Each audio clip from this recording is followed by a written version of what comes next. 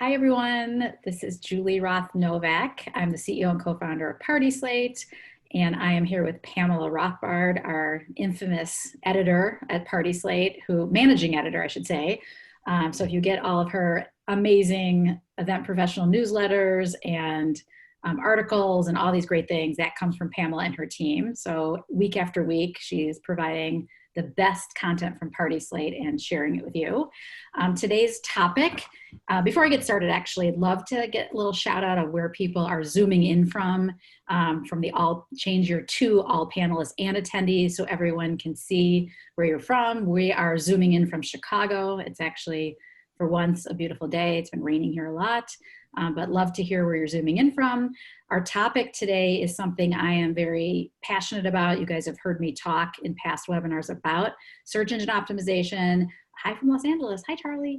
Hi from San Francisco. And everyone in California and the West Coast, we are thinking about you. I have family in Tiburon and Oakland, and these fires, my heart goes out to you guys on top of pandemic and everything else going on. Just wanted to let you guys know we're thinking about you a lot, and it is heartbreaking.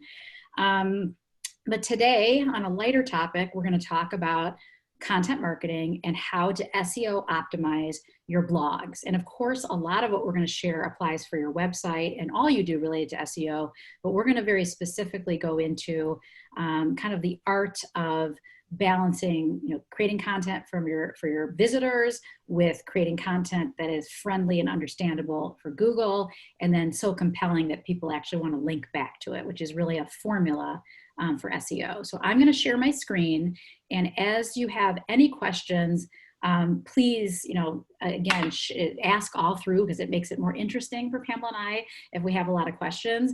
We do have quite a few new people on the Zoom, and if you're new to PartySlate, I started the company about 5 years ago. I was planning a lot of kind of high-end corporate events and galas and charity events here in Chicago.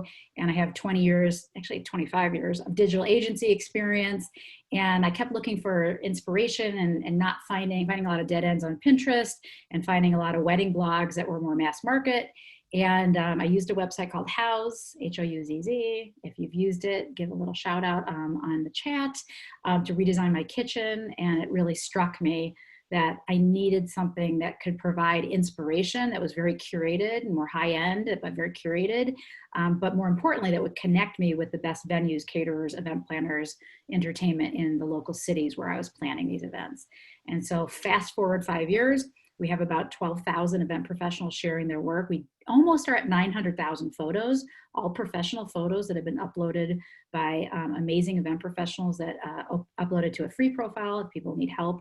We have premium membership packages, but it's been quite a journey. And one part of our journey has really been mastering SEO. And I will tell you that we keep getting better and better. I feel like I have an MBA in SEO. Pamela, what do you think? I definitely think you do. Pamela, you're going to bypass me by all the stuff that you're learning. So what we're going to talk about today is I'm going to give you a quick context setting, but then we're going to specifically focus on 5 steps for optimizing your blog for SEO. And I do know there's a double optimizing in there, search engine optimization and optimizing, but I couldn't think of a better way to put it. Around that. Yeah, so Pamela, the writer, called me out on that, but we're going to talk about those 5 areas. Then we're going to talk about how PartySlate thinks about SEO and what we're doing on our side. And then I'm going to give you a simple action plan that Pamela helped me pull together. So at that, I'm going to jump in, and again, let me know if there's any questions. So again, some of this will be repetitive for people that joined my last one, but there are over 900 factors that really weigh into search engine optimization. And no one knows exactly how it works. It's not like Google releases, this is how our fancy algorithm works that we've been spending $1 billion working on. But what we do know is they do give indications about what is important to Google. And then there's a huge industry, SEO industry, around figuring out Google. Since it's the largest search engine in the world, there's a lot of people that are trying to figure out how to rank. So of these 900 factors, they fall into 3 buckets: content SEO, so what you're writing about and keywords and topics that are good, high intent traffic. Offsite SEO, so if your content's valuable, are people linking back to it? And then technical SEO, which is really how is your page constructed and do you have the right technical signals so Google can figure out that this is a quality page that they can understand. And so we are going to talk about all three areas, but we're going to really talk about it in the context of your blog. And so I mentioned before, no one knows how Google's algorithm works exactly, and it's always changing. You'll hear like, oh, there was a new Google release and my traffic dropped by 50%. And so you hear things like that. But at the end of the day, Google's mission is to provide the right content at the right time to the right people. So great content strategy is really, really core. And so if you look at the breakout here about what they think is important, and again, this is always changing, about 10% is link backs or offsite SEO. And then there's, again, your technical SEO is about 15%. And then your content SEO could be up to 20%. And so again, this isn't an exact, but this is kind of ranking signals, what's important. And so many people ask me, I'm so busy, I've got Instagram, I've got to keep my PartySlate profile up to date, should I have a blog? And the way I answer it is, if you believe you have topics that you can rank for that will also help build your brand and make you a stronger and a sense of authority to your whatever, whether it's the event professional community or your end consumers or clients, even writing one blog a month that's carefully considered for SEO could really help you. And again, even if you got one or two new clients that found you, maybe they were referred by someone and then they Google you and they're optimized and they find you, I personally think it's worth doing it. And the more you can do, the better. But I also understand you don't have a full-time marketing team like PartySlate does, writing blogs every single day on every topic you can imagine. And so what I will say is if you do write a blog and you do have it, you can also think about optimizing old blog entries and making them new again and getting them to rank. And so all the time you already put into it is not something that's a waste of time. We do that at PartySlate where we add new dates and updated content and structure, and we can get old articles to rank again. And so we'll talk a little bit about that. So I'm going to jump into the 5 ways and then we'll go right. And Pamela and I are going to trade off on this. As I said, Pamela is very knowledgeable on content SEO. Number 1 is you have to choose strong SEO friendly topics that you want to rank for. And so it's a combination of picking the right keyword that's long tail. So again, wedding planner, that word alone, very hard to rank for that. But wedding planner in Napa Valley, California, or wedding planner vineyard weddings, those are example of longer term keywords that are easier to, it's still hard, but easier to rank for. And so we're going to talk about the tools you can use to pick these right keywords that will give you a chance to rank, but also be good for your business. And I know, Pamela, you spend a lot of time on this. I think, are you on mute, Pamela? No, I'm No, not. I can hear you. Oh, Very sorry.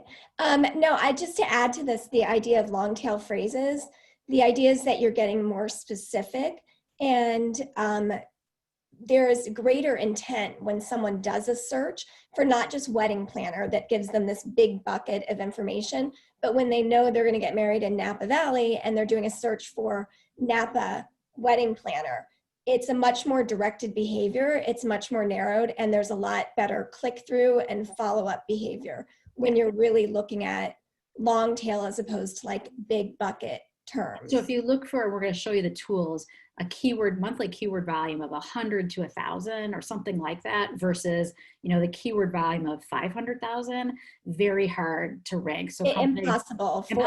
Yeah, impossible for a blog. Individual company. Really, yeah. I would say even that you want to look for things that have a search volume of 50 to 350 or 400 as dipping your toe in the water and using these long tail phrases to try to rank. Yeah, and I think I'll actually, after we go into this, I'll actually go show you one of the tools we use to understand keyword volume. And I was very intimidated by this. Again, I'm a digital marketing person, 25 years, but I hadn't dug into these SEO tools before. They're actually really easy to use, and some of them are free. And so I don't know, Pamela, if you want to talk a little bit about how we use them. Yeah, so the screenshots on the right here are from one called Ahrefs, which is one that we just started using, but they make it so very easy to understand like what the potential impact is of using a specific keyword or key phrase.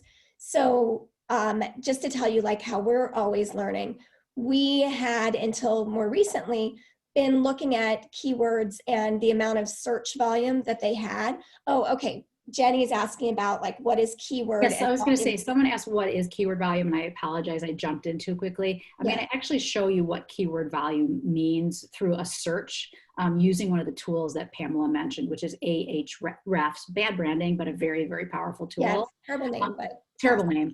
As I'm putting something in, actually, Pamela, why don't we put in, just as an example, San Diego wedding planners. Sounds good. So I searched it. I'm in this keyword explorers, and someone, go ahead. You can explain it. Well, I'm just going to say, like, let's talk through what we're seeing here and what keyword volume is. So when we talk about keywords, we're literally talking about the collection of words that make a phrase that we want to rank for. Mm-hmm. So in this case, San Diego wedding planners, it is a medium. We have a medium chance of ranking, but it's almost I'm sorry, it's medium of difficulty, almost to easy. You know, it's pretty far over on the chart here. So we have a relatively likely chance to be able to rank for this. The volume is 200. That's showing 200 monthly searches for that in Google. So that's what consumers are looking for, this phrase, on average 200 times a month. But you really do need to look at the group of words. So San Diego wedding planners, wedding planners in San Diego. So for this, it's about 500 people a month, 500 searches for this term. Right. And let me actually put in, just as an example, San Diego wedding venues. Again, and when it says easy, it doesn't mean like it's a slam dunk, like you can do this. What it's saying is you'll need some backlinks, like 9 websites that you can get, whether it's blogs or published. Let's say you write a really great blog article about the top 20 venues in San Diego. You could be a planner writing about venues you love. And then you get those venues to link back to you. But even better, get a blog or someone else, or even PartySlate from your profile page linking back to that blog article. Those are all signals saying this is a real article to Google that people find valuable. And so if we look at the volume for San Diego wedding venues, you can see it's probably about 2,000 to 3,000. Yeah, and this one is interesting because on the last one, it had a lower search volume, like only 200 people a month were looking for it. On this one, it's got 1,200 a month are looking for it.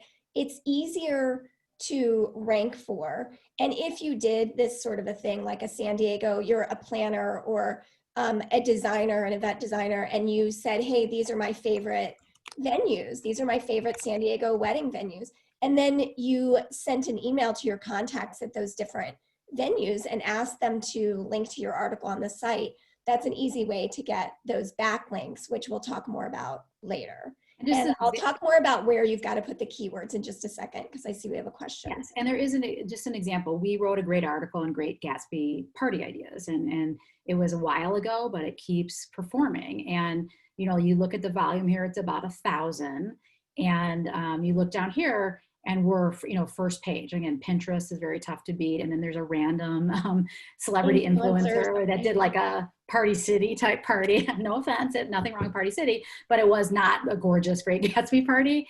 And again, we're going to work harder on our article to get it back to #1. So anyway, that's just an example of, it's a pretty powerful tool to see what terms you have a shot at ranking for. And if it's again, I bet you if we put in, I won't put it in there because it's impossible, but just wedding planner, people don't really search for that. They search with their city, or they search with other terms that are more relevant to their area. Julie, while we're on this page, before you switch back over, can you scroll down a little bit to where you were showing keyword ideas right there?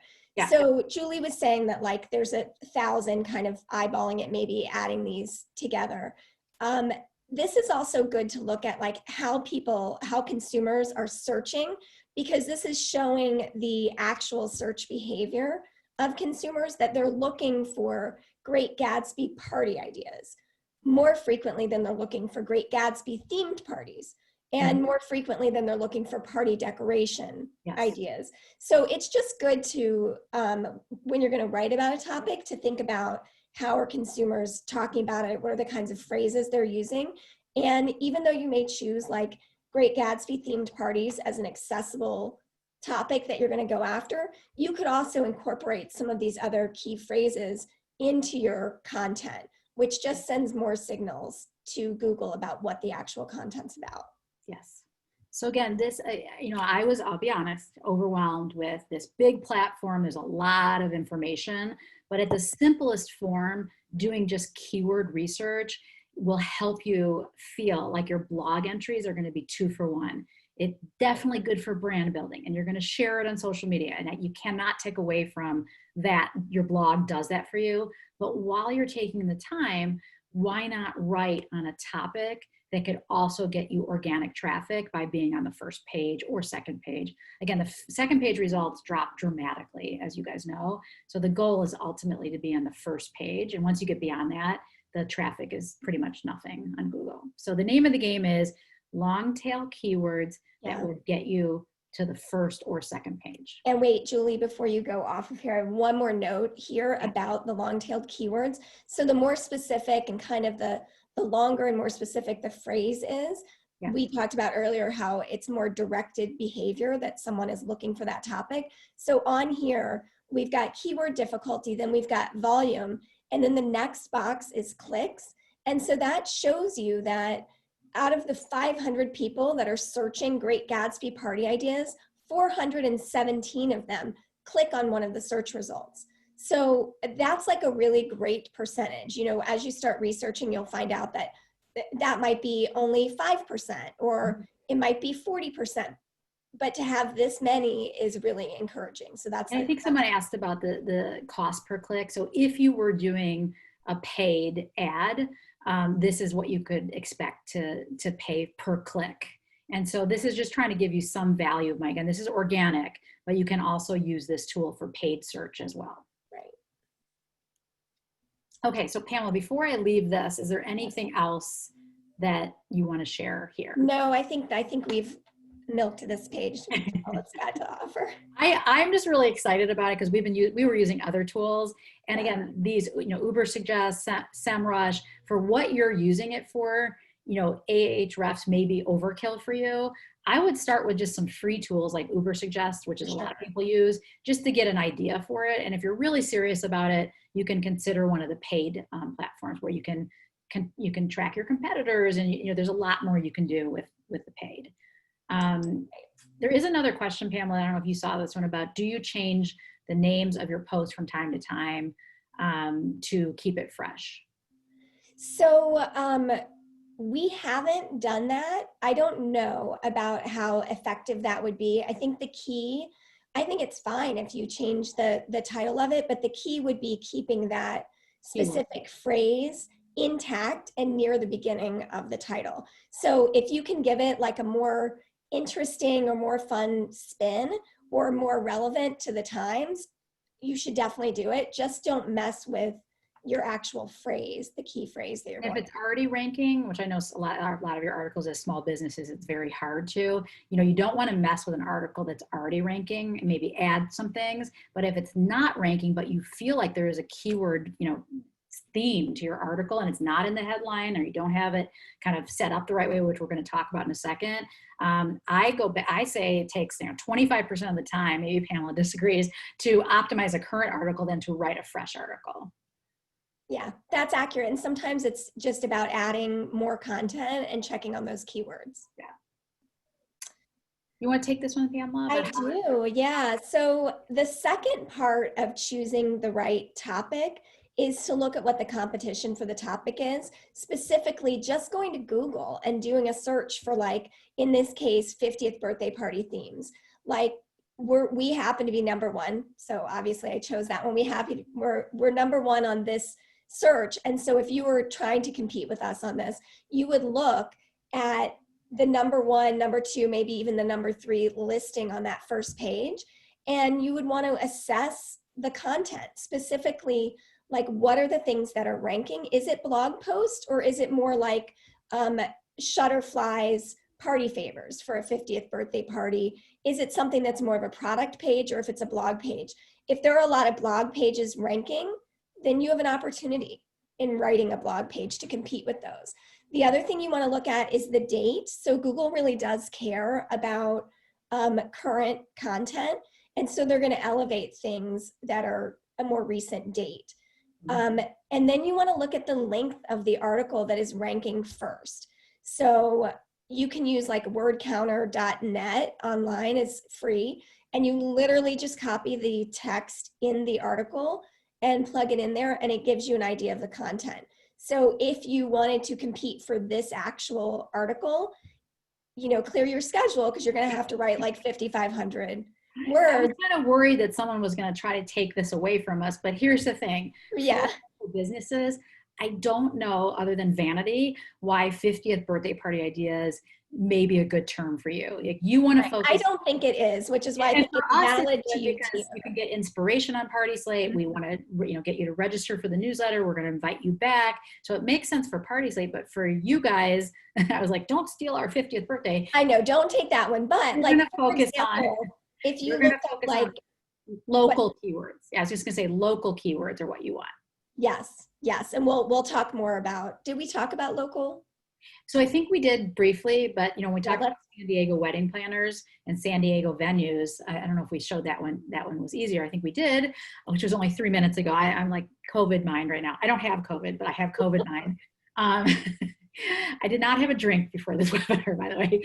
But what I will say is, if you go for local, let's say you're a destination planner. I know destination events are going to come back, and you do a ton of Napa Valley destination events. You want to rank for someone that's thinking about getting married in Napa Valley. That is better. If you do a ton of events in Italy and you're going after US brides that want to get married in Italy one day down the road, those are local keywords that will be better than just destination planner. Right. Yes. That's right. And in terms of assessing, like go back one more, Julie.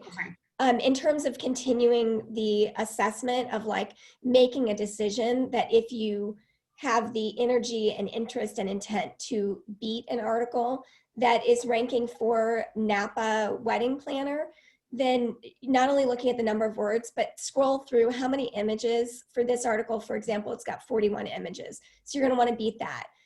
How many times is the key phrase used within the context of the article? So those are things you're going to want to look at so that you can sort of come over the top with your content. You're going to want to use the SEO phrase throughout, and we'll talk more specifically about that.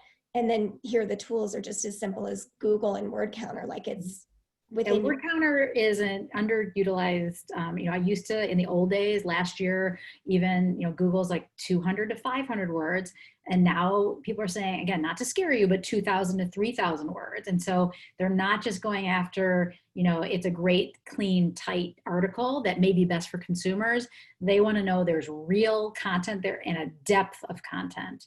And so it does take more to rank. And again, it all depends what you're competing against to rank. Yeah, I'll just add in, when we looked at the additional phrases that you could use, our senior writer Jesse here is texting me some like additional context to share with you guys, that if you can incorporate some of those things, like we saw Great Gatsby party decorations, if you can incorporate some of those phrases, and maybe you have ideas and suggestions around those phrases as well, incorporating additional terms into the article just strengthens the signal to Google. And this just talks a little bit about what sends the signal to Google. And like Julie said, like we don't know exactly how the algorithm works, but we do know this, that when you have the same keywords as the search query, as that search phrase, and if they appear on the page, in the headings, in the title, in the body, then Google will know that this is relevant content. Yes, and I also wanted to say, I know there's all different levels of people with SEO sophistication, but algorithm just means that, Google has, let's say, 100 billion pieces of content that they've indexed and have in these huge server farms. And they have the complicated task of deciding, of these billions of pieces of information, what lands on that coveted first page. You can buy your way into that first page with paid, it's an auction system, or you can rank your way. And they're always going to be a combination of paid and organic. So the algorithm is just, what is this, all these hundreds of PhDs figuring out the business rules for the 900 things that they weigh, that makes the decision of what it's going there. So that's basically what we're saying. Next.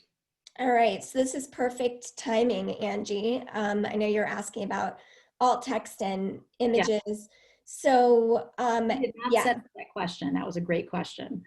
It's a great question, and like it's almost as if we planned it because it's such perfect timing.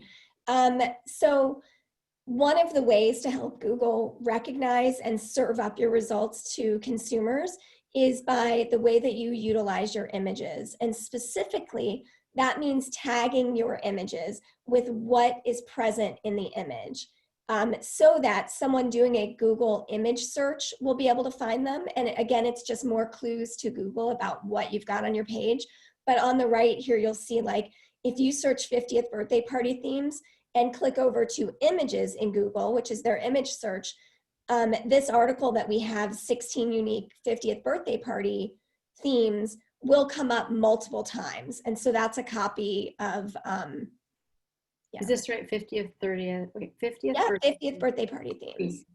Okay, so you guys know you go to images. A lot of people do this, and you scroll. And so, like, first they're going to have products because you know they're going to want to make a sale, and then as you scroll down, this is what a consumer usually does. Like, there's the you just passed like one of the PartySlate ones.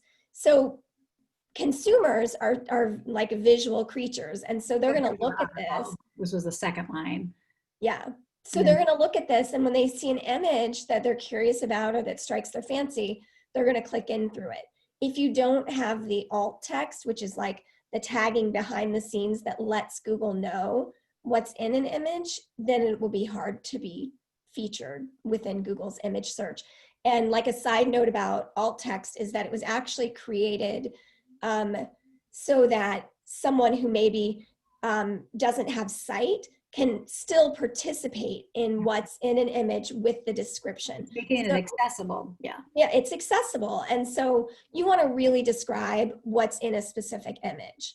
Yeah, and I think you talked about, I'm off the slide now, but talked about H1, H2s, H3s. Do you want to, in this article, just explain what those things are? Yeah, of course. So when we talk about including your keywords, someone asked, where do you include it? You're going to include it in a lot of places. So first of all, you're going to want it in your URL. So up at the top, where our URL is. For this one, it's on our best of page, and it's 50th birthday party themes. We're not getting fancy with the URLs. We're not putting in there unique, guests will remember, any of that stuff. We're going to save that flourish for our title. So your title, where Julie has highlighted the phrase here, your title is going to be, you want to get your phrase as close to the front of your title as you can and in the exact order of words. So it sounds silly, and sometimes it can make you do some like verbal, gymnastics to make it fit there in a way that makes sense, but you need it in there. Then so that's called an H1. Think about social media, and so sometimes you want it to be like a social media friendly kind of title too, and so we always go back and forth on weighing social and organic, and of course you can change the title when you do the share button, but a lot of people just copy the URL. So again, there's a lot to consider, but we believe organic traffic and building for Google and optimizing for Google is one of the most important things you can do. So that title is called your H1. That's your initial heading is the title. And then if you scroll down, Julie, then you'll have an intro of some sort. You want to make sure that you're using that key phrase in the intro. Then we're going to do an H2. And basically these headings are just alerting Google of the structure of your article. So it's telling it that this H1, like that's your actual title to the article. Then you want to break things down. Consumers like to scan. So they like images, they like things broken down into pieces of content that are easy to digest. They want it to be fun, interesting. Here's a chance to flex your storytelling skills that you use when you create these events to actually talk someone through an event and use images to show it. And then we also go down to H3s. So for example, here, the 50th birthday colors and chic combinations is an H2, and H3 is yet another heading that falls within that heading. So here we've got this purple with pops of pink, which relates back to our colors. And I did ask, our SEO team, should we also put, purple and pops of pink 50th birthday colors?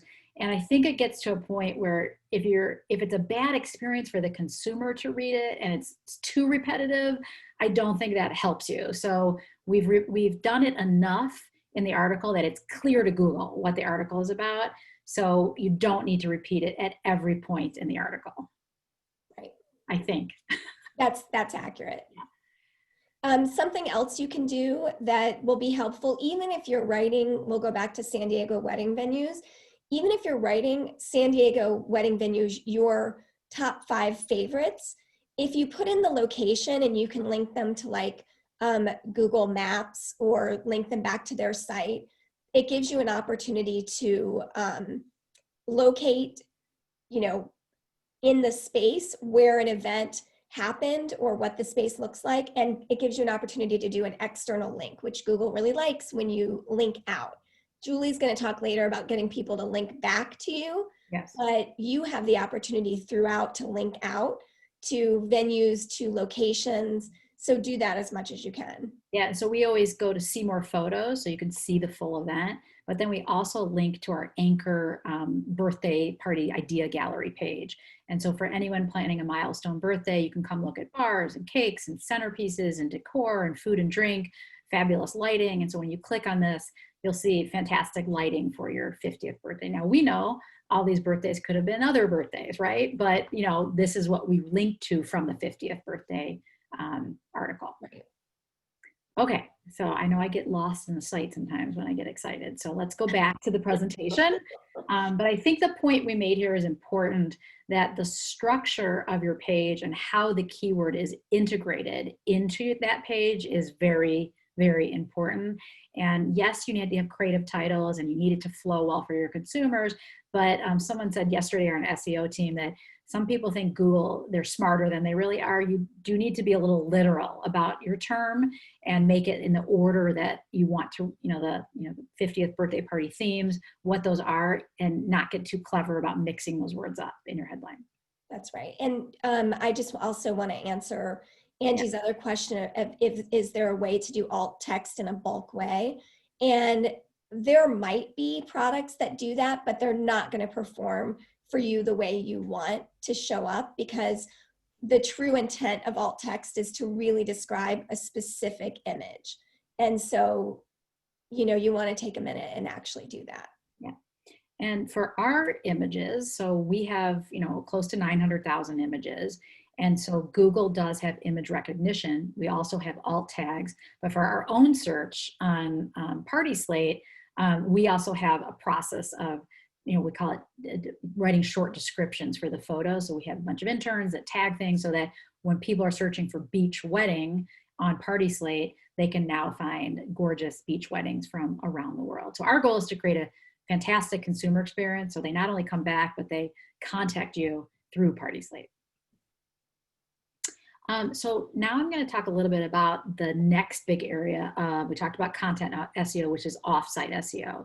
So if you write this amazing blog entry, you really want people to link back to that. So if you write an article, let's say you're an event planner in San Diego about the top venues that you love in San Diego, I would want every one of those venues to, link back to it. Even social signals linking back to it are a good signal to Google that this is something worthwhile. When you say social signals, you mean getting them to post it on their social media? Yes, and then link back to the article. So I don't know how it works, but about 10%, 5-10% of Google's algorithm is linked to some sort of signal from social media that people are clicking to it. And so any article we write on PartySlate, we immediately post across all of our social channels, get people to share it, and then link back. We also get event professionals badges and other things that they can link to. They can provide on their website to link back to PartySlate, not only to promote that they were in the article, but again, it's also good for socials, for link backs. And so when you think about link backs, the goal would be to have people with a higher domain authority. That means Google gives you a domain authority on Again, we don't know exactly how it works, but how much traffic you have, how engaged people are on your site, what your ranking is in the eyes of Google. So the New York Times is off the charts as far as domain authority versus a random blogger in, nothing wrong with Rockford, Illinois, but a random blogger that doesn't have as much traffic or engagement or link backs. And so if you can check and find out what your domain authority is through some of these tools. You want people with higher domain authority. You want any link backs you can get, but higher domain authority will, in the eyes of Google, tell them that it is something good here. So we got a link back from E-News for something we did a few weeks ago. We were in Newsweek with Mindy Weiss. Like those type links are really, really good for your SEO strategy. Anything else, Pamela, on questions about link backs? I guess that I'll just say the clever way to get link backs is, another thing you can do is if you write about someone that's very high profile, let's say you did, an influencer's wedding, you want that influencer from their blog to link to your article about their wedding. And so I know it sounds kind of like, you scratch my back, I'll scratch yours, but that's in a way, you're writing about them, they're an influencer, they want a promotion, that's what their goal is, to get more sponsorships or collaborations. And so why not have them help your business as well? Right. And definitely all of your event partners, you're going to call them out. If you're talking about a Miami Beach wedding or Miami Beach weddings that you've done, and you call out, specific venues that are beautiful, the decor team that you worked with, the rental team, call them out in the text, link to them, encourage them to share it. Yeah, and someone asked, we'll definitely send you the recording of this, and if you want the presentation, we'll send that to you too. And at the end, we're also happy to do a quick, SEO review of your PartySlate profile page, which is also a great SEO driver. Every feature we launch, and we'll talk about this later, is with SEO in mind. So that's something that's really important to us. So Pamela, why don't you talk a little bit about, in addition to just the traffic, that's only half of the battle. You really need to think about conversion. And when we say conversion, that's just a geeky way of saying, what's their next action? You want them to contact you. You want them to explore your website. You want them to do something like a relationship. When you go into a bar and meet someone, you don't say, will you marry me? You get to know them first and then maybe go on a first date. So you're thinking about, how do you drive that relationship to the next level? Right. So when you write a blog post, what is your intent? And if you identify that early on, you can make sure that you put opportunities for the reader, the consumer, the party host to follow through by linking out to where you're setting them. So some typical conversions you might look for would be that you want them to explore real weddings on your page that you have done. So you want them to be exposed more to your beautiful work. So in addition to putting those images in the article, you might add links back to other parts of your site where they can continue to get inspiration, which is just exposing your work more. You might want to interact with them. And so if you enable comments on your blog post, it gives you an opportunity to really connect with someone. If they say, oh my gosh, I love the centerpiece, you have an opportunity now for an interaction and to respond. You may be hoping for some kind of outreach behavior. I think we're all hoping for outreach behavior. So make it clear, put a link to your contact me page or to your email or your phone number, however you want to be contacted. And then lastly, you want to amplify this message. And Julie touched on the fact that there's social signals. And so that's another way of saying amplifying the message, like having it shared out, you sharing it out on your social, but also tagging other people and asking them to share it. And if you want the reader, the consumer to share it, make that easy by putting a button or a link for them to share it on their own Facebook page. Awesome. And as far as tracking your success, I've been asked this, so many times. The main way to track your success is to really look at your organic traffic growth. And so when you think about your traffic, you have traffic from your email, you have traffic from social media, you have traffic from, you may do some paid or, from other things. You want to look at what your organic traffic, and then you also want to look at, what landing pages are actually getting success. And so some of those, if you're getting success on, let's say 5 or 6 of your blogs are getting some traffic, you might want to lean into those and try to get even more traffic. So sometimes it's counterintuitive.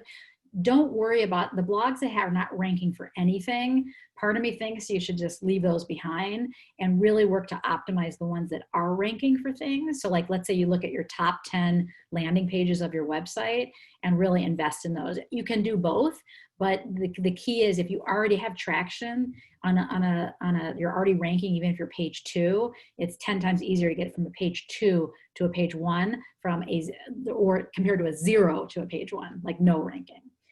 And then Search Console, again, I'm not an expert in this, and we have an analytics team that is so amazing, but you can really learn a lot about what is actually ranking for you and what's working.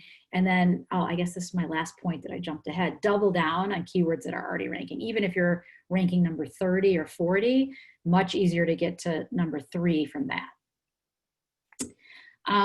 Technical SEO.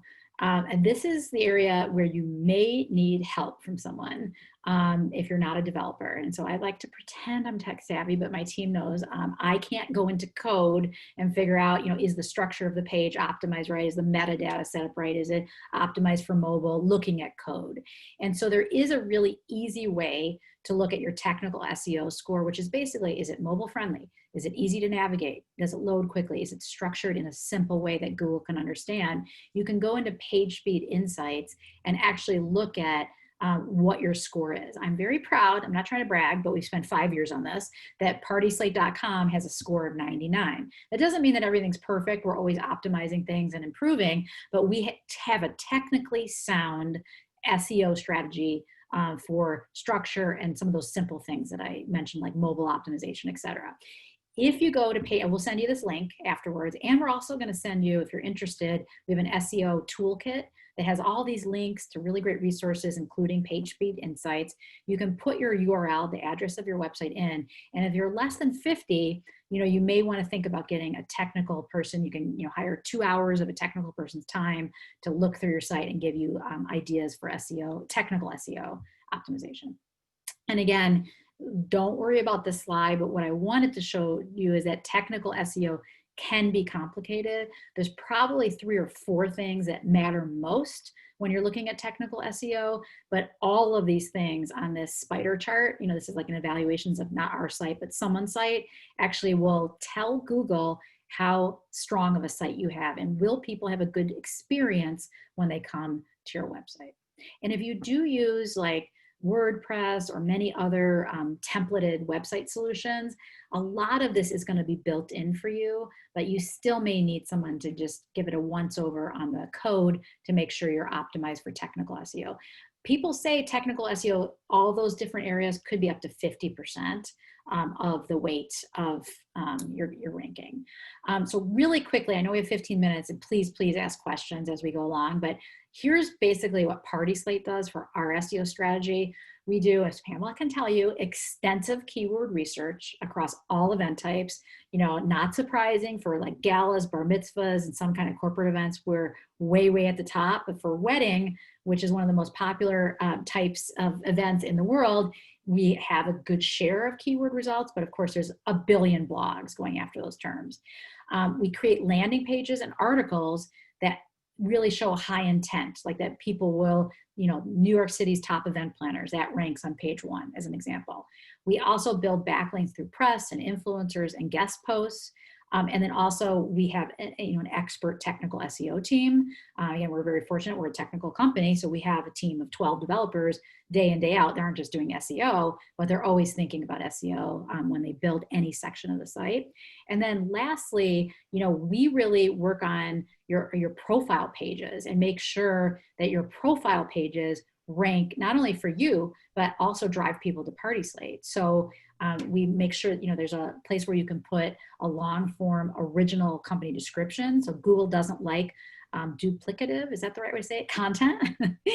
So you don't want to just copy and paste from your website, because Google gets confused. Like, this looks like the same, like it's not valuable. So I'm not saying you have to rewrite completely, but you want it to be an original description with your keywords like San Diego wedding planner, baked into that description. We also allow you to have like your event title, album titles to optimize, your location, your venue names, all these things that are good for SEO. So the more descriptions, the better. We basically built a profile page, SEO, I don't want to say SEO for dummies. It kind of feel like what I needed at the beginning, but make it easy to put your keywords in there. We always say, don't say Julie and Doug's wedding or Amanda and Chip's wedding. Say pink and gold grand ballroom wedding at the Four Seasons San Diego. Like, the more descriptive you can be and local terms, the better for keywords, also for Google image search. And then these descriptions, which I know it takes some time to write. And again, we do have a white glove service, so we can help you with this. But you want to write, like, set the scene, talk about the decor, what was the experience. And the more keywords that are packed into those event descriptions, the more likely they're going to rank. And so every time we build features, and I'll just quickly go to an example.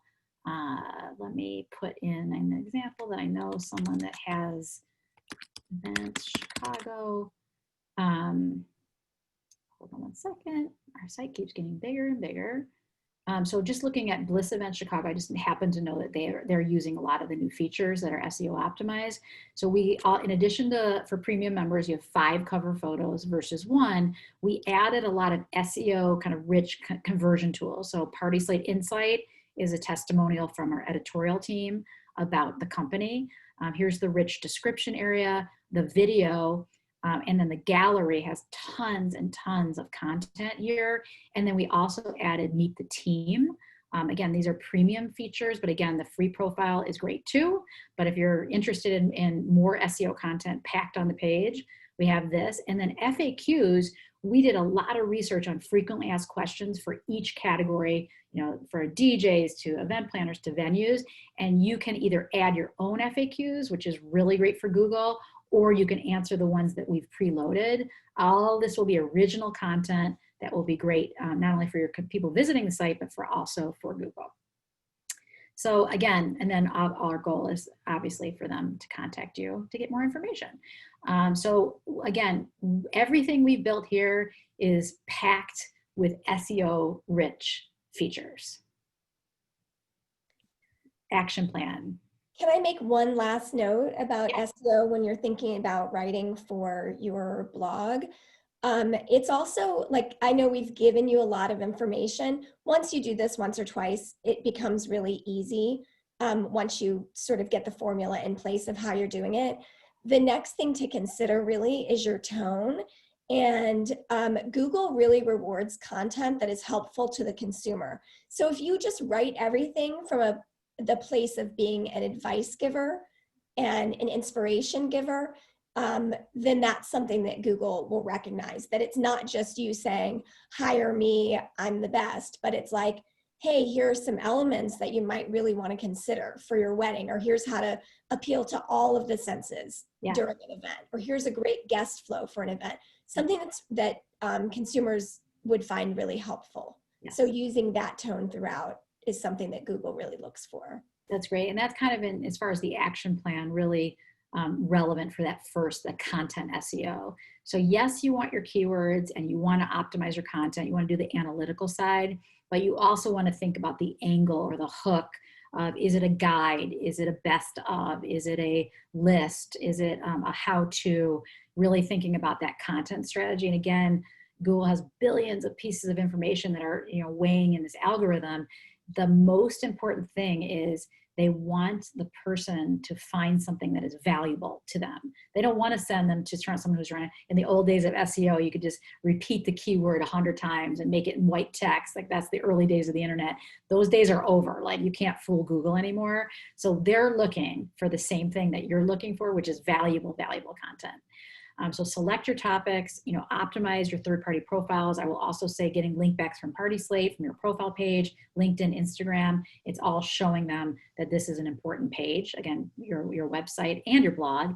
And then your backlink strategy, share engaging contents that people will want to link to. That's number one. Number two, do offer to do guest posts, or even have people write guest posts that they can link to on your website or your blog. And then even like say, hey, venue XYZ, I'd love to write a testimonial for how much I love your venue. I'd be happy to do that for you. Will you link back to my site, from my testimonial?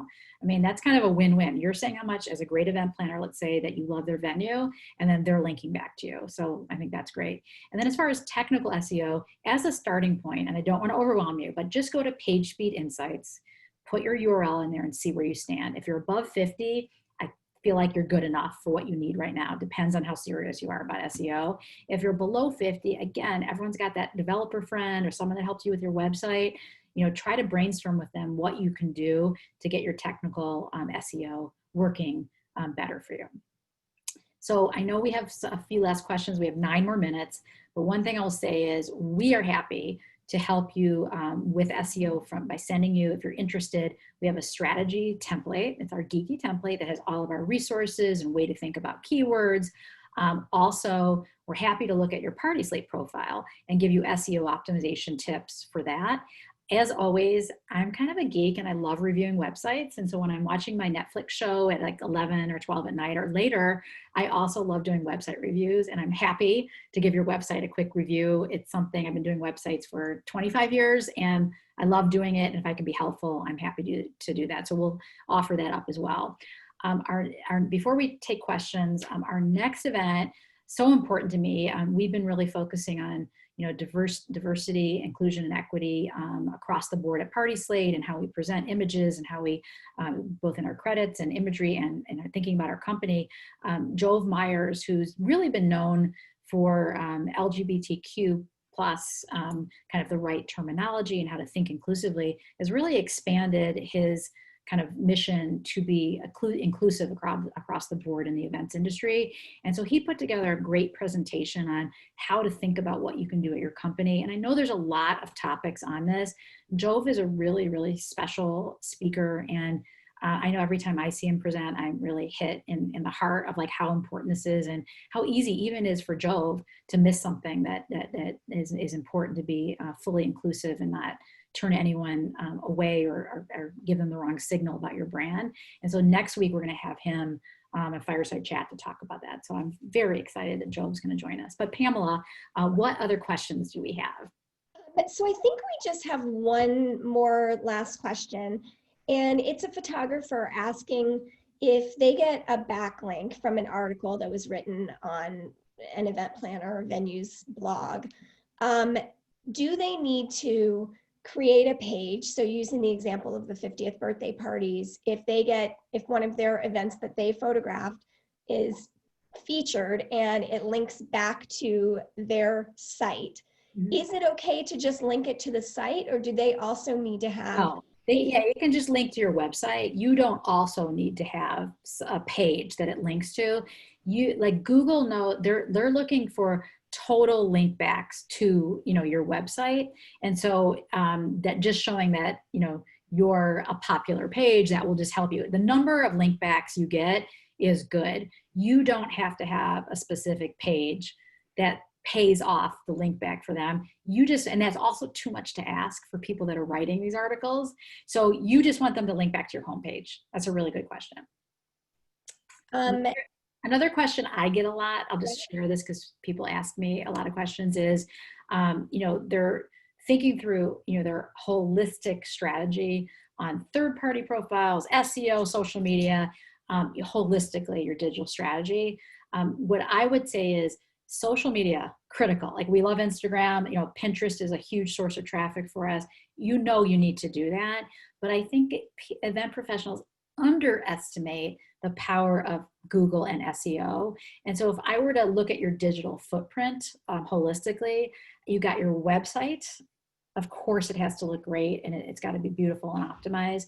You have your third-party profiles, which are PartySlate, it could be Yelp, it could be the wedding websites, it could be a lot of different things.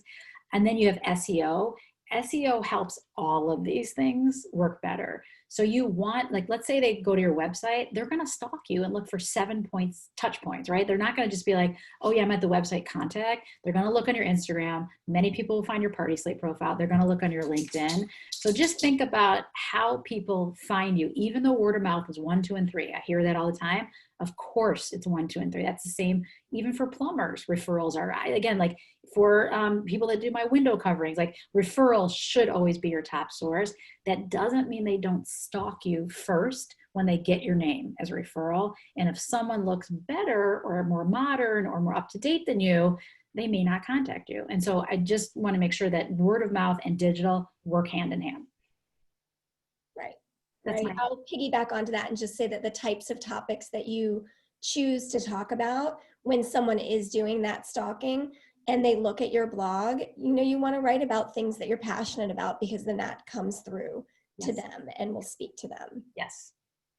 Any other questions? We have. I mean, we've answered every question there is to answer. Any last questions?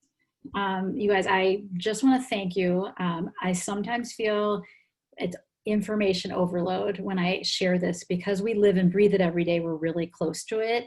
And that's why we record all of these presentations and we post them. A shout out to Kylie. We post them to a partyslate.com/digital events or digital/events. That has all of our recordings. So when we send the recap, we're going to send a link to that. And please share it with your team if you guys have any other ideas for future topics.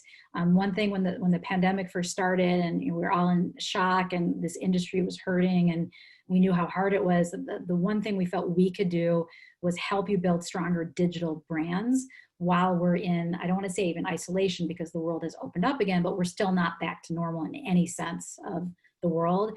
This is the time to build your digital brand. If we can be helpful, that makes us happy. And we hope long-term that will also help PartySlate. So thank you so much. Pamela, it's always a pleasure doing these with you. I feel it's easier when I have a co-host because I can just be like, oh, I'm just talking to Pamela. And all of you guys that ask questions and do your shout outs, it really energizes us. So thank you, and let us know how we can help. Thank you so much. Thanks, everyone.